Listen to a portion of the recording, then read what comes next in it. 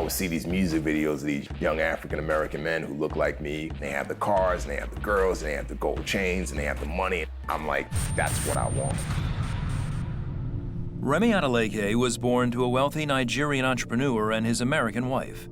Up to the age of 5, Remi lived in the lap of luxury.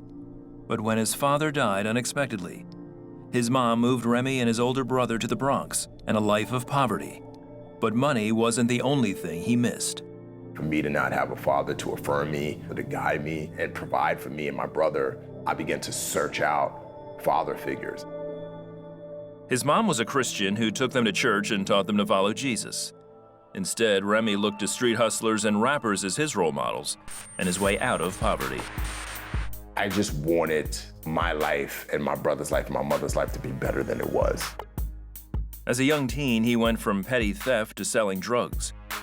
During this time, he also saw 2 films by director Michael Bay that showed him he could aspire to something better. The first one was Bad Boys and the second one was The Rock, because that was the first time I saw 2 African-American men in Bad Boys who looked like me, but they were still cool, and they were heroes. After I watched The Rock, you know, I filed away deep down within me this idea that I would be a Navy SEAL one day.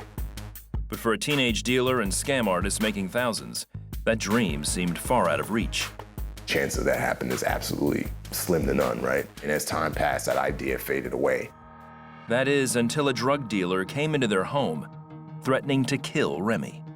Remi paid him off, but it was the wake-up call he needed. All of these years I'm doing this dirt, and not only did I bring this dirt into my life, but I brought it to my mom's doorstep. I made the decision I'm getting out of this life. But now 19, Remi had no idea what to do next. Until one morning in bed, he heard a voice he didn't recognize. And his voice said to me, "You need to join the military."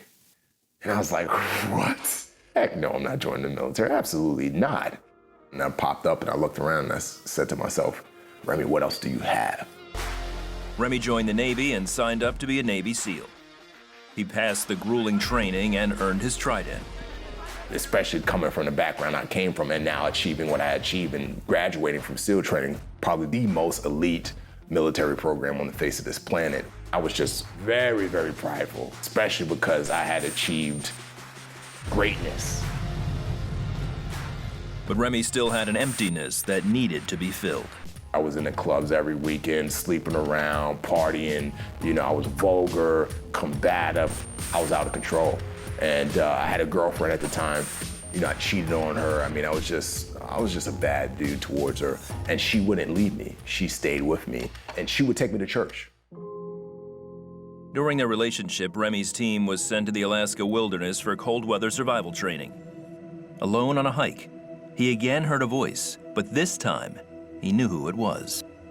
I remember just walking through the wilderness and just mesmerized by the nature, the beauty, the silence. But in the midst of that silence, God began to reveal himself to me.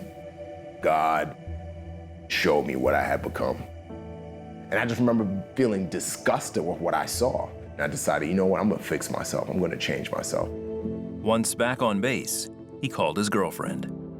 I just want you to know that when I get back, I wanna marry you. I'm gonna be a better man. I'm working on myself to change myself, but I'm gonna be better. And she said, I'm leaving you. It's over. I fell into a deep depression.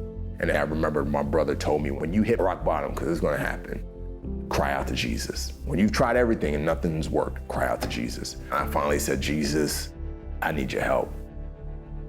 But he was still reeling from the breakup and called his ex when he got home. Because in my naive, crazy mind, I felt like the answer to fixing my problems was her taking me back. So I said, please take me back. She said, no, I won't take you back. And I said, okay, if you won't take me back, can you at least take me to church?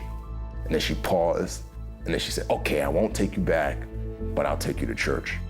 I just got up and I said, I need something greater than me. And if this Jesus is greater than me and if he's real, then that's gonna be my solution. And so I went to altar and I surrendered my life to Jesus. Instantaneously, like, my life changed.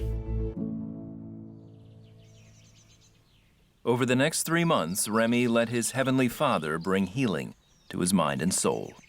His presence was so tangible to me that I looked to him. This is my father teaching me how to treat women. This is my father teaching me how to be a man now and what real manhood is. In 2016, Remy left the military and started a consulting business. One day, he got an unusual call. They were filming a new Transformers movie and needed someone with his expertise for a small role. The director was Michael Bay. I was like, wow, this is crazy, because this is the guy whose first 2 films inspired me to be SEAL. Today, Remy is still in the film industry as an actor and screenwriter, and he's enjoying his greatest role yet, as a husband to his wife Jessica and father to 3 sons. In his book, Transformed, he shares how God has guided his life, even when he didn't realize it. I can go to my Heavenly Father to get direction, whether it's through prayer, through fellowship, or through the scriptures, you know. I have a father.